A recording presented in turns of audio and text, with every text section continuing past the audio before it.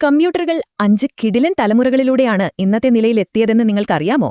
ശരി, വെറും 60 സെക്കൻഡിനുള്ളിൽ നമുക്കിതൊന്ന് വേഗത്തിൽ നോക്കാം. 1940കളിലെ ഒന്നാം തലമുറയിൽ ഉപയോഗിച്ചിരുന്നത് വലിയ വാക്വം ട്യൂബുകളായിരുന്നു.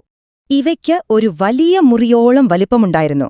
പോരാത്തതിന് ഭയങ്കര ചൂടും. പിന്നീട് 1956ൽ രണ്ടാം തലമുറ വന്നതോടെ കാര്യങ്ങൾ മാറിമറിഞ്ഞു. വലിയ ട്യൂബുകൾക്ക് പകരം ചെറുതും വേഗതയേറിയതുമായ ട്രാൻസിസ്റ്ററുകൾ അവർ ഉപയോഗിച്ചു തുടങ്ങി. 1964ലെ മൂന്നാം തലമുറയിലാണ് ഇന്റഗ്രേറ്റഡ് സർക്യൂട്ടുകൾ അഥവാ ഐസികൾ കടന്നുവരുന്നത്. ഒരുപാട് ഘടകങ്ങളെ ഒരൊറ്റ ചെറിയ ചിപ്പിലേക്ക് ഒതുക്കി എന്നതാണ് ഇതിലെ മാജിക്. 1971 മുതലുള്ള നാലാം തലമുറയാണ് VLSI മൈക്രോപ്രോസസ്സറുകൾ നമുക്ക് സമ്മാനിച്ചത്. ഇതൊരു വലിയ കുതിപ്പായിരുന്നു. നമ്മളിന്ന് ഉപയോഗിക്കുന്ന കമ്പ്യൂട്ടറുകൾക്ക് വഴിതെളിച്ചത് ഇവയാണ്. ഇനി ഇന്നത്തെയും ഭാവിയിലെയും ടെക്കായ 5ാം തലമുറയിൽ ULSI മൈക്രോപ്രോസസ്സറുകളാണുള്ളത്. ഈ ആധുനിക തലമുറയെ ഭരിക്കുന്നത് സാക്ഷാൽ ആർട്ടിഫിഷ്യൽ ഇന്റലിജൻസ് അഥവാ AI ആണ്.